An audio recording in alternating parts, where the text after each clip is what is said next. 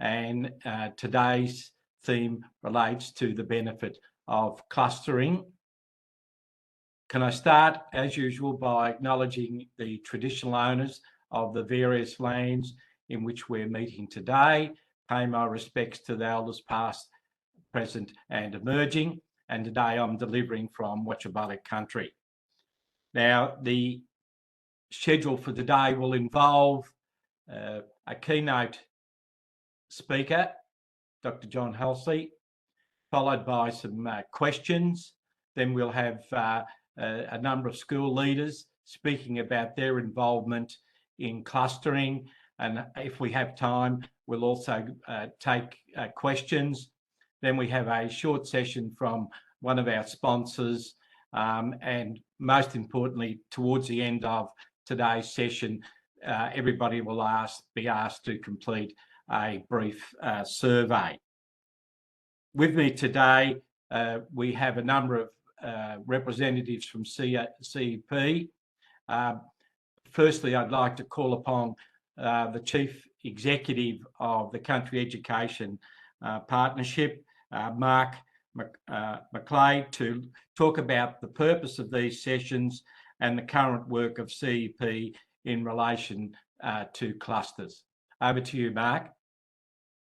Thank you, Brendan. The idea of this PD Online series resulted from conversations with rural principals during 2022 about what PD best suited them. CEP, we're focused on enhancing learning opportunities and improving educational outcomes for young people in rural communities. We aim for the autumn series, this series, to provide practical information and a range of opportunities to learn new approaches, techniques, strategies, and an opportunity to follow up with the people you might hear from today. So we hear from experts and on-the-ground practitioners, and that is the model that each session will be. In regard to clusters, CEP has appointed a cluster project manager this year called Shane Matheson, and we might just get Shane to say hello, introduce himself. Good afternoon, everyone. I've just started in the position of working in the cluster space, and really looking forward to getting out into schools and starting to do my work out in the communities. Thank you, Shane. So for those schools based in Victoria, Shane is certainly a key contact person for you there. Shane's role is very much to work with, learn from and support clusters. And our aim is also to give clusters a voice within the system. That's really important, that power of the collective. So we can all work more efficiently and allow greater time to work with the students, which is the most important part of the work we do. So that's it from me and CEP and our work at the moment. I'll pass back to Brendan. Right, thanks, Mark. Look, some housekeeping. I'd like everybody to note that today's session will be recorded, and that recording will be available over the next few days if anybody likes to review the session. Anybody that'd like to ask a question, because we're fairly tight with time, please include your questions in the chat, and we will endeavour to answer those questions as we go through the program. But if we cannot answer them today, we'll certainly follow up the questions over the next few days. And anybody that is not talking will be placed on mute. So that's to help make the delivery of today's sessions. Now I'd like to introduce Morris Billy, Program Manager in the CEP, who will introduce our guest speaker and facilitate today's sessions. So over to you, Morris. Thanks, Brendan, and it's great to be on board with CEP this year, and my role is looking after partially with the Rural Youth Ambassadors Program and the local Rural Youth Ambassadors Program, which I'm really excited to be part of and get stuck into, and we'll probably touch base with a lot of you over the next few months. But It's my pleasure today to introduce to you our guest speaker, and that's Emeritus Professor John Halsey. I've done a fair bit of reading about John in the last few days, and I think we could almost take up the entire session with his CV and all the work that he's done and all the amazing things that he's been involved in. But I'm sure he'll touch on that as part of his presentation today. I'll just give you a quick snapshot. John is currently Emeritus Professor at Flinders University. His major focus, or one of them, is on how principals in rural schools in Australia can construct their roles and deliver it. Prior to joining Flinders Uni, John was a teacher and a principal at 2 schools in South Australia, one rural and one metro. So he comes with a wealth of experience with his direct result with schools. And he's also worked as Executive Officer of the Rural Education Forum Australia, amongst a host of other roles as well. John's work and commitment to rural education and communities is framed and grounded by the challenge of vibrant, productive rural communities being integral in Australia's sustainability and going forward. And without further ado, you don't want to hear from me, I'd like to invite John to share some of his amazing background, knowledge and work. And I'll hand over to John. Thank you, John. Welcome. Thanks, Morris, and it's good to be with you all. And thank you very much for the opportunity to share a few thoughts with you. Mark approached me some time ago to say, John, do you think you could do this? And I said yes. Part of my problem in life is I say yes when I possibly should say no. But on a serious note, very happy to share a few thoughts with you. It's not the full story around working in clusters. What I'm trying to do is to, in the spirit of what I understand CEP's on about here with these professional development sessions, is provide a few thoughts, some thinking, open for questions. Happy to do follow up later on. And in that introduction, absolutely what you said. I have done a few things without being flippant about it. If you live long enough and you stay at the wheel, you will do a few things. But I think one of the most significant things I did in the last 4 or 5 years was for the federal government was a review of education, rural, regional, and remote education around Australia. And that review, quite a few hundred submissions came in, but also I had the enormous privilege of visiting many communities in rural, regional, and remote Australia to speak firsthand with both teachers, parents, administrators, and of course see the work and interact with students to try and get a real in-depth feel of what's going on and what might need to go on. And as a result of that, wrote a report for the federal government. And they did respond with in around about $250 million overall, 90 odd million in the first instance over 4 years, and then about 120, 130 a bit later on in various ways. And as a result of that as well, and a subsequent review, we now have a Commissioner for Rural Education based in Canberra. Okay, so that's enough of the background. Very quickly, I've got to go to the next page. I'm hoping this will work, and it does. Just a couple of preliminary comments, if you like, or framing statements.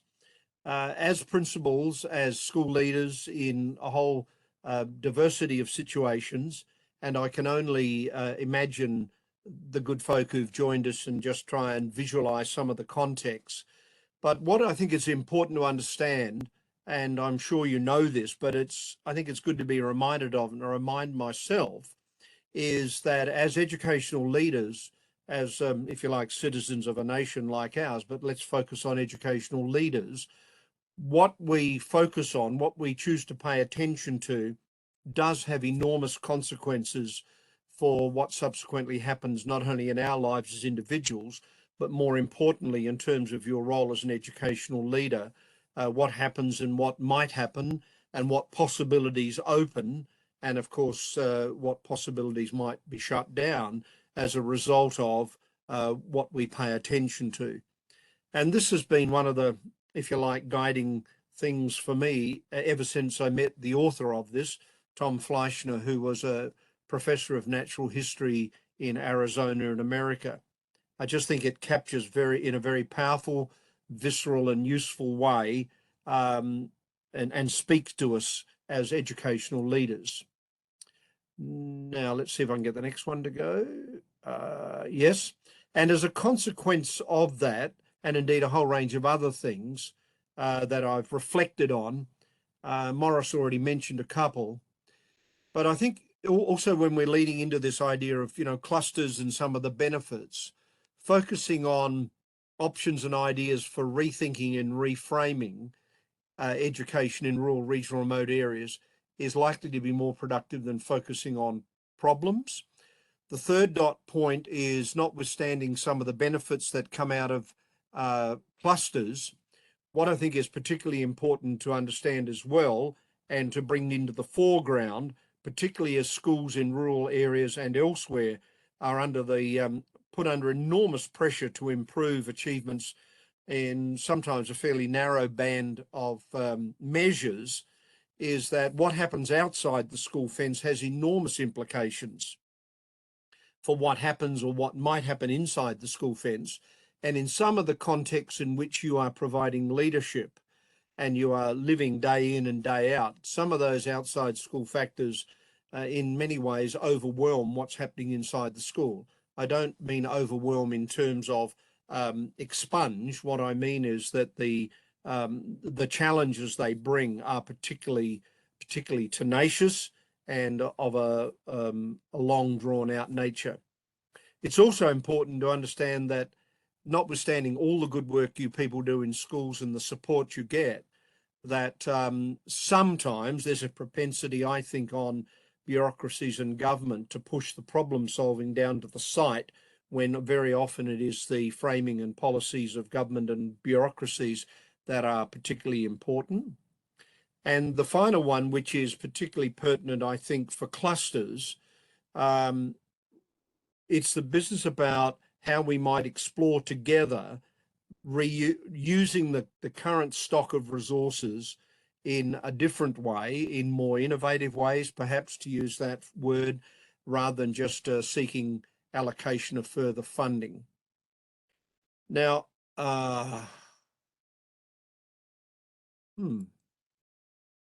what's going on here? Here we go. Oh, I nearly did it. Yep. Okay.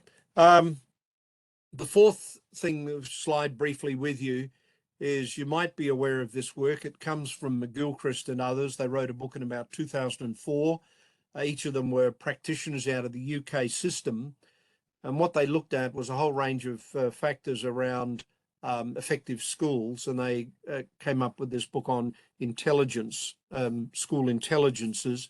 And what it reminded me of when I'm thinking about framing of benefits of clusters is to talk about various contexts. And they talk about this concept of contextual intelligence: local, community, district, state, region, national, and global. And what we're focusing on today is more to do with internal, local, community, district, but it also cascades out further. And the effectiveness of the leadership and of what can be arranged, organised, sustained over the long haul, part of that, not all of it, of course, is dependent on an appreciation of these contexts which both cascade out and overlap. Now, with those few introductory remarks,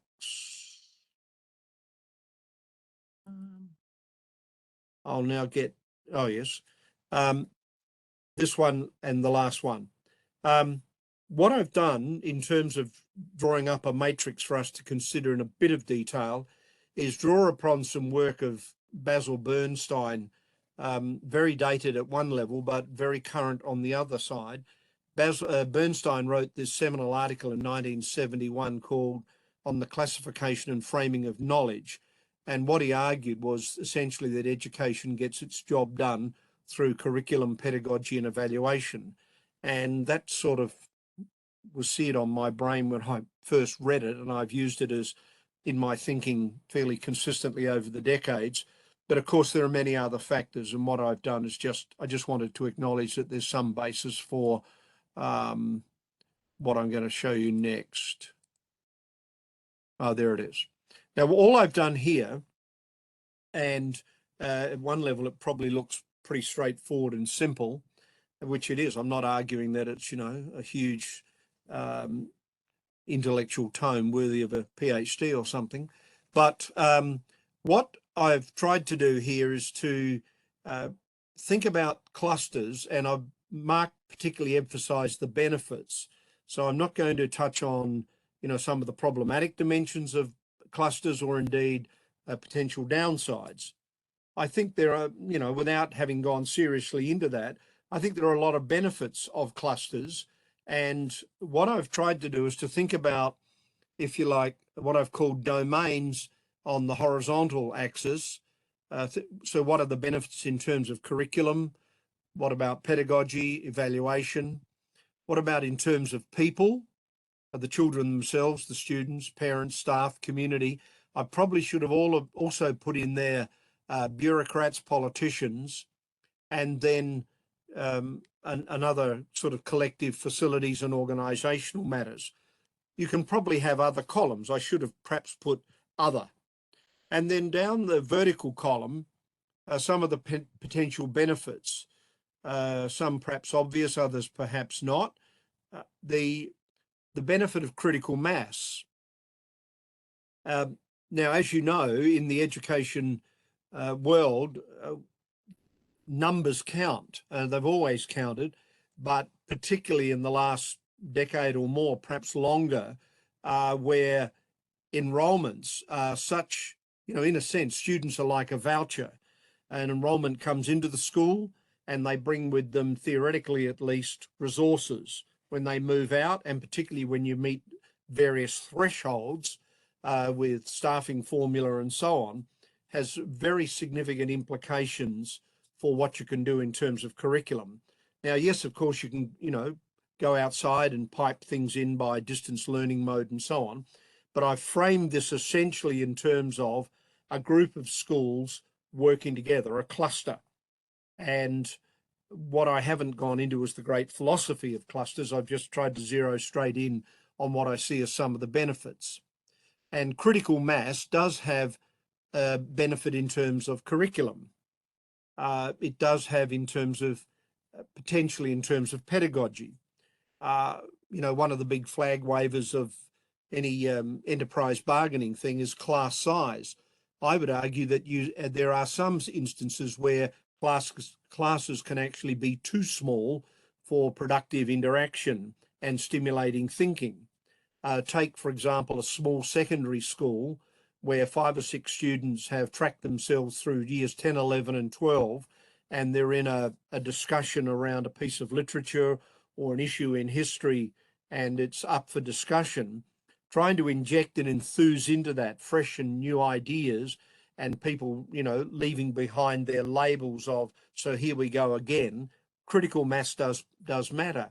It also matters in terms of the range of things you can offer. Critical mass clearly matters in terms of the number of people, say, in the community, in a cluster size community, who might be available for volunteering.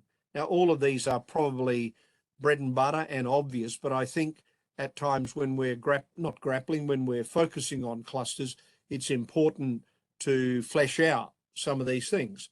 Choice is another one. The capacity for specialisation or tapping in on specialisation. This is particularly significant in small population centres where a group of schools may well have less enrolment than 100 between them, 4 or 5 schools together. You might be interested to know there are still over 1,800 schools in Australia, according to the latest schools data, with enrolments of 100 or less. And the vast majority of those are in rural, in remote and regional areas, and in systems which fundamentally allocate on the basis of enrolments. They have all sorts of other variables around that. But a school of 100, right, in the end of the day, attracts a certain amount of resources, and you can't do with that necessarily what you can do with a larger number. There are pluses, there are downsides as well. So specialisation is another, particularly at the secondary level, but also in terms of primary year levels, where you have people, you know, in areas of literacy, second languages, phys ed, ICT, whatever, etc. That I think adds a significant part of the benefit of clusters. Flexibility and also is an important dimension of the benefits of clusters. Enhancement of access. I mean, those next three A's appeared in a fairly powerful way when the Human Rights and Equal Opportunity Commission, right back in around year 99, 98, 99, 2000, when Chris Sidoti was the Human Rights Commissioner, did an initial foray into rural, regional, remote education in Australia. And three of the things they highlighted were around access, availability, affordability, also adaptability, and there's one other A which I've forgotten. But those three are particularly pertinent, I think, to thinking about the benefits of clusters. What is accessible within a reasonable scale of localness? What is available across the spectrum there? Curriculum, pedagogy, what's diversity of evaluation, the mix of people and personnel, skill, interests, backgrounds, and so on. Potentially the pool of relationships is enhanced. One of the downsides, as you know, or one of the problematic aspects which has to be dealt with, and I've already reminded myself I shouldn't speak about the negatives, but one of the things about small population centres, they can run fairly tight social boundaries about ins and outs and who belongs and who doesn't, and local rivalries and traditions and so on. But notwithstanding that, clusters can enhance the pool of relationships, particularly where you have imbalances in gender in schools. I was in a rural school just a week ago talking to a teacher who's been there for many years, teaching reception year 1. And I said, how's it going? She said, a real challenge this year. And she said, I've got a class of 12, 10 boys and 2 girls. Years ago, when I was executive director, parents pleaded with me to provide exemption because their daughter was the only girl in year 7. There was no girl in year 6, none in year 5, and they wanted exemption for her to travel to another school when, of course, departmental policy said you had to go to the nearest school. So you can get fine-grained and critical dimensions of relationships. Also, sometimes being able to move beyond the home boundary freshens things up for young people, gives them a fresh start. Similarly with people who've found themselves labelled, etc. Sustainability is another. I'll just quickly jump because I think I'm going to get the wind-up signal, is another critical thing around clusters, and one that you might want to look up after the session that I found particularly resilient and delivering some really outstanding educational opportunities for young people was something, the name of it was the Snow Gum Alliance, which was a cluster of very small schools. From memory, I think they only had about 32 students between them.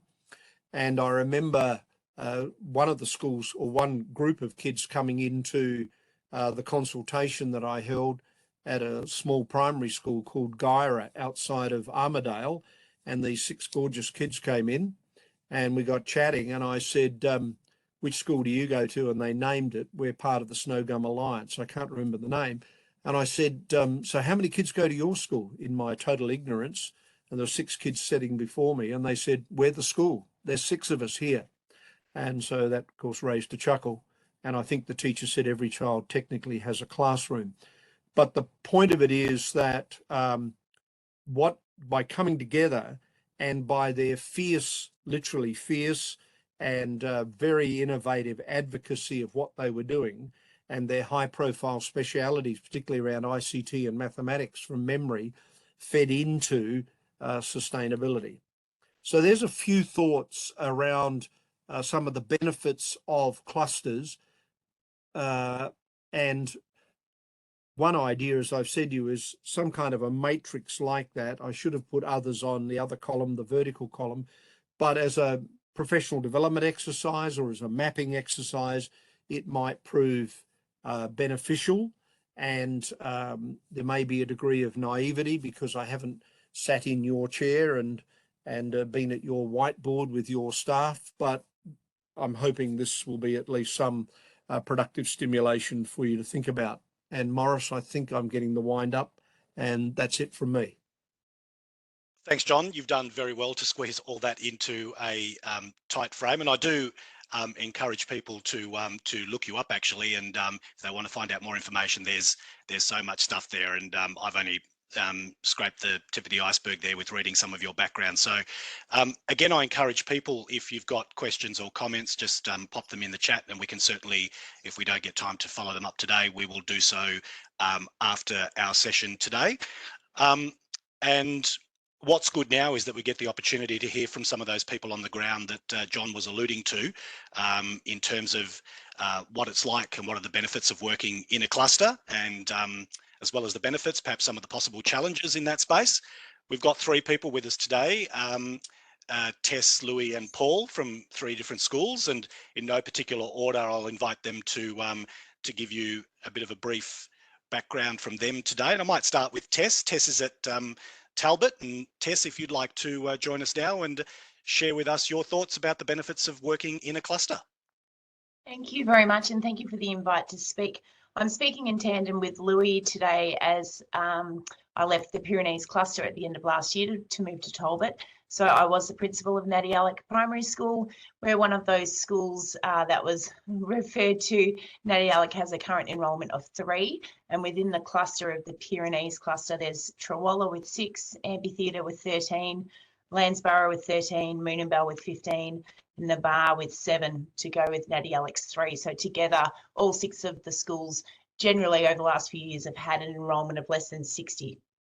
I think if we start with the facts, and I'm not saying that they're problems, they're just genuinely facts, that small school staff or small school principals can experience isolation, and also small school principals, you know, we can teach up to 4 days a week. So we wear many, many hats during the week. And I loved that quote that was just mentioned before, what you are what you're paying attention to. So if I'm in the classroom, I'm paying attention to those kids and I've got my teacher hat on. So, you know, that's where some conflicts can come up. So really, we're here to celebrate how close and collaboratively the Pyrenees cluster works together. And I think what it brings initially is the availability of mentors. And mentors are thin on the ground and you really can't get access to them when you need them. Well, here I had 5 ready-made mentors to support me as I started my journey as a rural prin.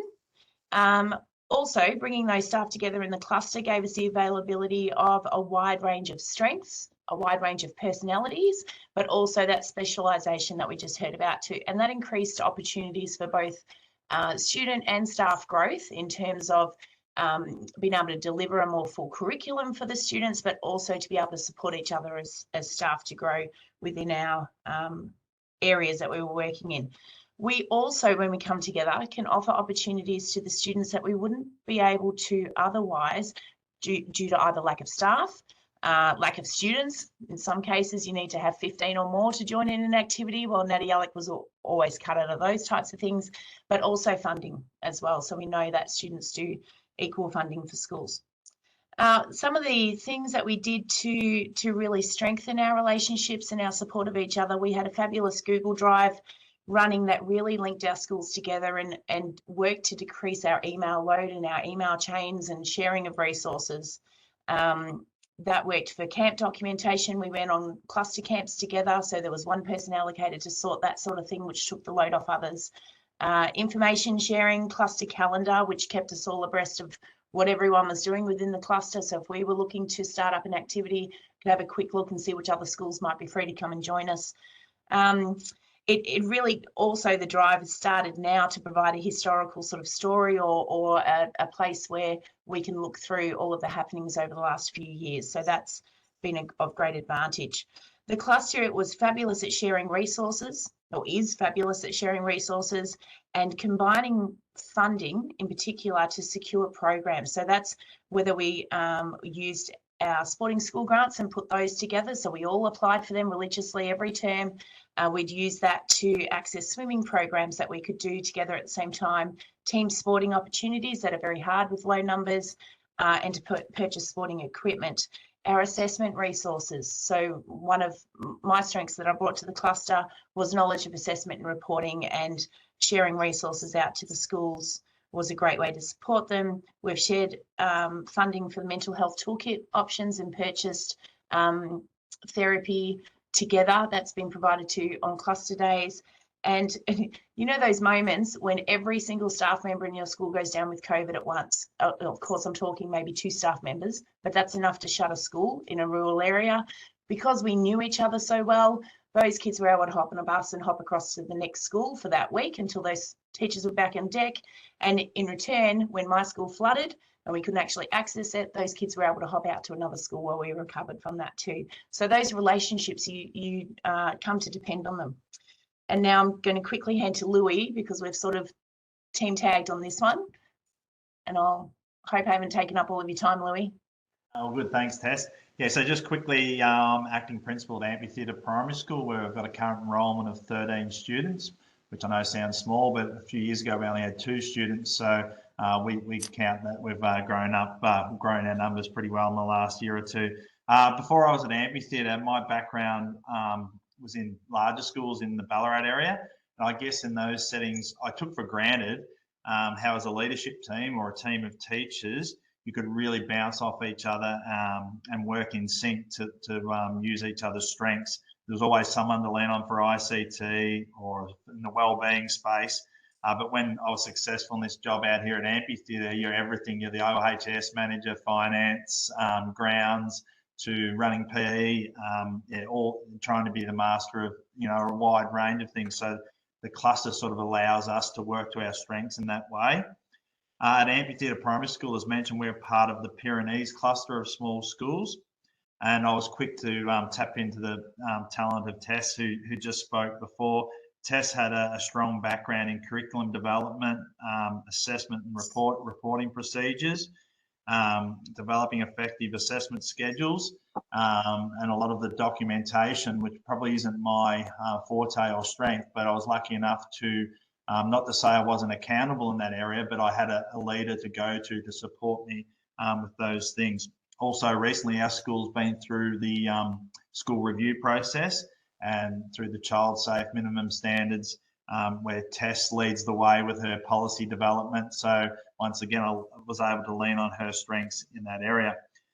Being a small school principal, myself with only 2 students, one of my strengths was to be able to tap into the local rural community. I grew up in a rural area, so found breaking down barriers with local farmers and local community stakeholders was quite a natural thing for me. And one of the things I did was to work with local kinders, invite the kinder to us, establish a parents and kids club. So some of the other teachers and schools in the cluster have used some of my strengths in that community area to help build their school profile. So they're just a couple of examples how Tess and I have worked together. Wider than that, as a Pyrenees cluster, we're well known for our structured fortnightly Monday sessions where we get together as a group of 5 schools, which totals around 60 students. We're too small individually to effectively run certain curriculum areas. For example, I've got no idea with music and aren't very artistic, so we lean on other teachers who develop curriculum in those areas. And we run science sessions, PE sessions, music sessions. And one of our key features, being a small school, running effective, respectful relationships lessons is really tricky when you've got a small cohort of 4, 5, 6, 10 students. So we're able to place our students in larger groups of 20 students that are age relevant, which works really well. So just in summing up, we also have school camp opportunities, which is really great too. Yeah. So I think as a Pyrenees cluster, we run effective little cluster in the Pyrenees that avoids isolation that Tess mentioned. We're really supportive of principals, staff and students, and we aim to provide the best possible opportunities for our students at the end of the day. Thanks, everybody. Oh, great, Thanks, Louis. Louis and Tess, for that fascinating and fantastic insight into life in a small rural school. And I've been lucky enough to visit a lot of those schools over my time working in the area as well, and they do amazing work. And you've given us a great insight there.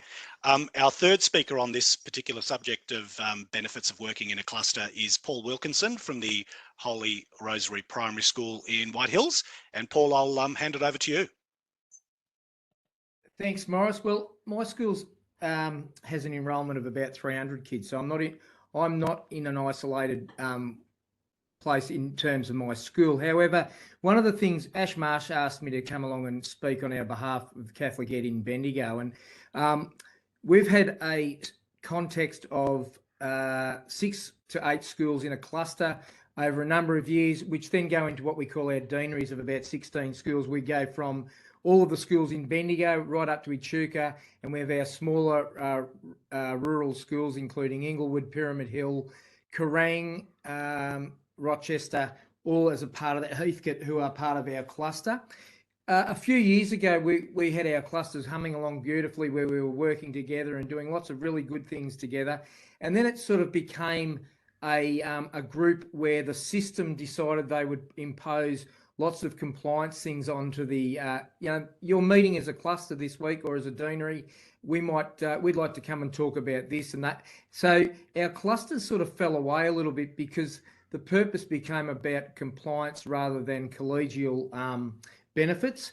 So over the last couple of years, particularly during COVID, I sort of had a bit of a chuckle about COVID because we were COVID Pete's #1 COVID school at one stage during the pandemic.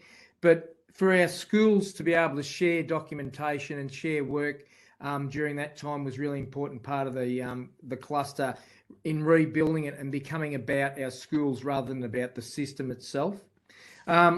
We've had a really great group of principals from schools ranging from Pyramid, which have 13 kids, right up to St. Francis, which has 600. And we get together at least once a term as principals to make sure that we support one another collegially, but also talk about what educational initiatives we are doing, and also to ensure that I suppose that we are looking after one another. And I think that's a really important part of our focus for our clusters, because for example, last year at one point, one of the principals out at Inglewood became ill, so I went out and was acting principal for a term out at Inglewood, and they've got 22 kids. So that was a little bit different to my day-to-day work here, but the isolation I know that smaller principals feel in that smaller setting without a cluster around them to support is certainly something that I really noticed. So the importance of our clusters in supporting the smaller school principals as a cluster themselves, but also within our deanery where we have our bigger schools, has been really important. I think the importance, we developed a community of practice where we're able to discuss and work through what's best practice. You know, we talk about our experts in music and art. Well, I definitely aren't into music and art, but we often find our smaller schools haven't got people in those areas, and we're able to share them from our larger schools. So we've been able to do that.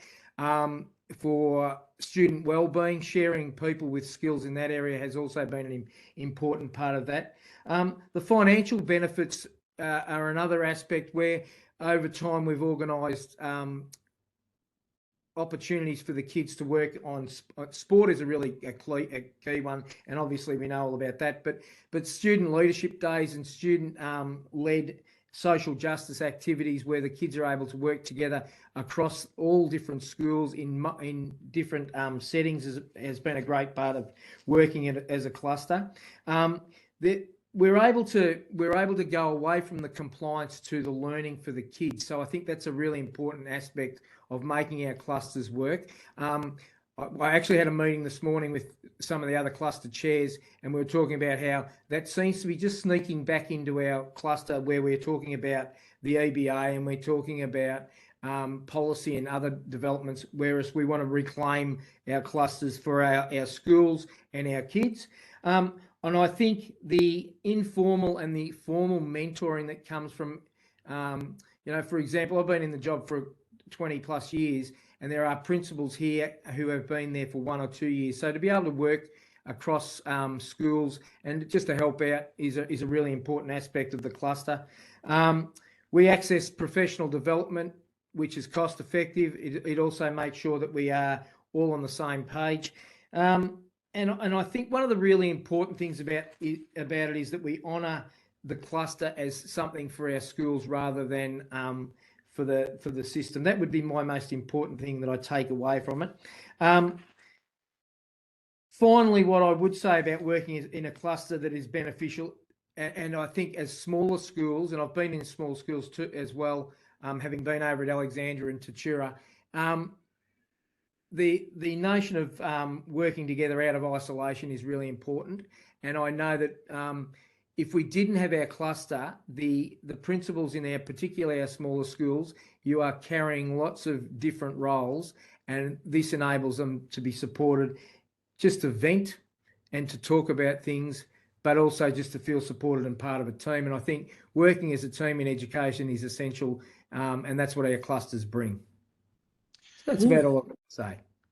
Thanks, Paul. And thanks, Louis and Tess, for your contributions to this. I think we do have a minute or two, and if we could just maybe quickly with what you were saying there, Paul, and with Louis and Tess, the whole notion of looking after yourself, you sort of touched on that, Paul, and I think we've got a lot of school leaders in our presentation today. And I understand all the stuff around workloads and the pressures that people are facing. Just wondering if you might have had just an extra tip or a thought about how our school leaders or principals can do something else to look after themselves, particularly their social and emotional well-being during this time, and supporting each other as part of a cluster as well. Is there anything you could add in that space that would be useful? Who are you talking to? Talking to me, Bill? Morris. To anyone who wants to jump in, we've got a minute or two just to perhaps give a bit of a quick reflection about looking after yourself in this particular space. I know with our Pyrenees cluster, we work quite closely with each other. So when we're meeting regularly as a team, you start to get a feel for how people are coping. And we have something on our agenda. We meet as a cluster every term as a principal group.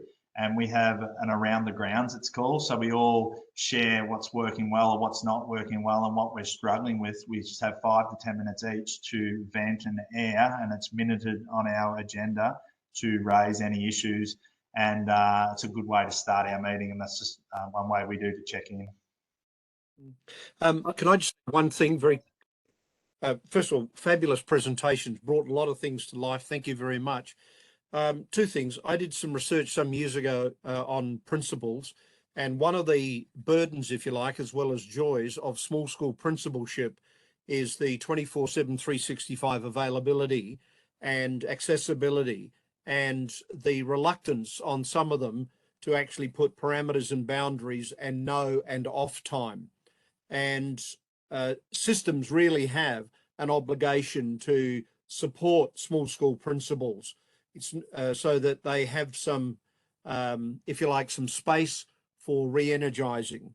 And that comes to the very complex matter of handling in close proximity relationships where at times you have to say no, or you have to defer and do it in a way which doesn't demonstrate disinterest. So it's a big issue, an ongoing issue, and takes a lot of skill and energy. And the second thing is, when I did do the review, overwhelmingly, what small school principals said is the admin load coming down the pipeline, picking up on the concept of compliance or feedback and so on, was just overwhelming. And I suggested, more than just suggested, that, you know, really proactive work needs to be done to pull back the one-size-fits-all model of from the centre out, and you've got this one person trying to do all of this as well as teach 4 days out of 5. And it came back to, you know, the idea of a cluster, if you like, shared service centre operational thing to deal with some of the routines. The other one, of course, better than that would be to slow down the pipeline of the stuff coming down. And on a light note, I spoke to a very experienced principal outside of Bathurst, I think it was, who had about 5 or 6 kids.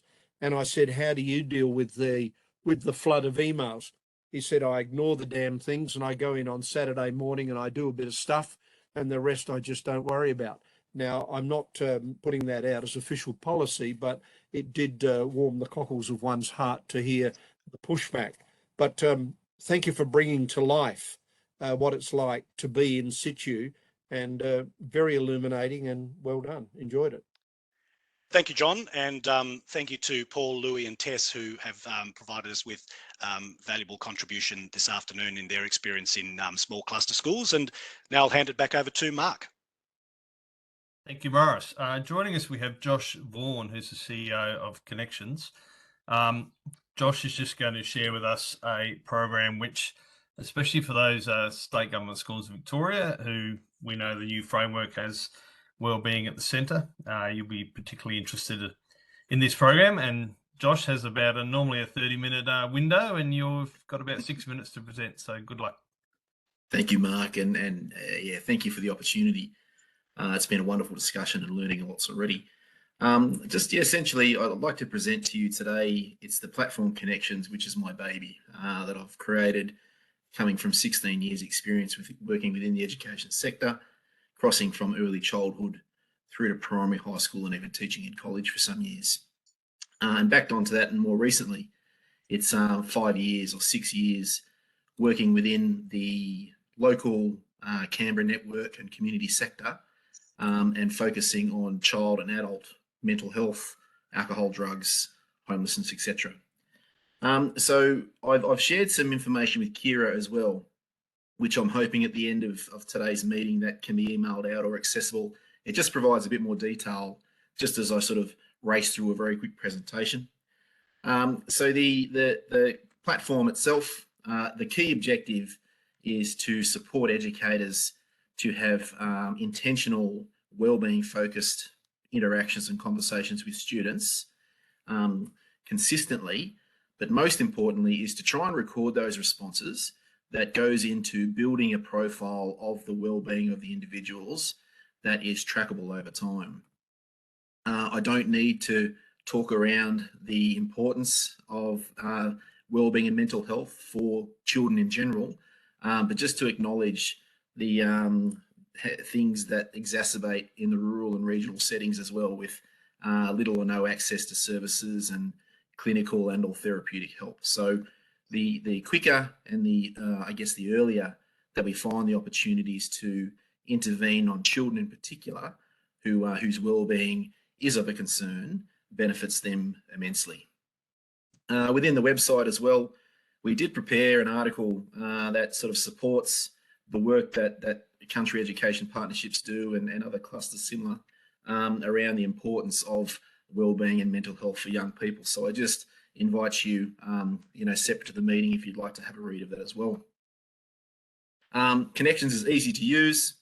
It's a purpose-built mechanism or tool that again tries to eliminate as much administration time on the educator, because we know you have enough, and there's an ever-present loading of requirements around admin, but hence the build of this, that it's to be used on a remote device or an accessible device, which is mobile phones, iPads, etc. The connection itself is very simple. Once a school or a cluster, in this instance, is loaded, the students' names are available to the teacher who's undertaking the conversations, and you're provided with a unique code so it's secure and the information remains private. We ask 4 questions, and the 4 questions are individually with the young person, but all based on research and evidence, and give us, in a very quick snapshot, taking only approximately 30 seconds per child, of their wellbeing state, and then monitors the progress. First question is simply asking the young person to identify 3 people they're connected to closely within the group.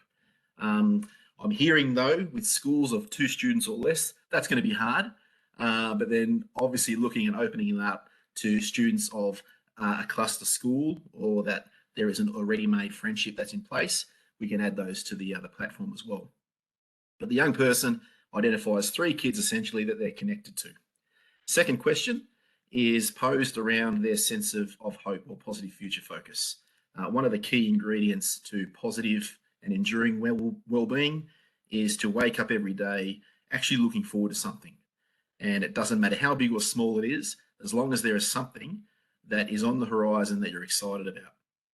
And we capture that response with a simple yes or no. The young person has a positive future focus at that time. Third question is around a safety check. And again, if the decision for the centre or school that takes this on, whether these conversations are undertaken weekly or fortnightly or monthly, again, entirely up to you. But we ask for a check as a point in time about how have they felt unsafe over the last week or so. Responses for that are coming four options, where that they have never felt unsafe, sometimes they've felt unsafe, often or mostly. And what we do focus on specifically for tracking and monitoring is those young people that tell us they've felt unsafe often or mostly. And the last question, which is a little bit different to what we can see on the screen there, is around a general feelings check-in.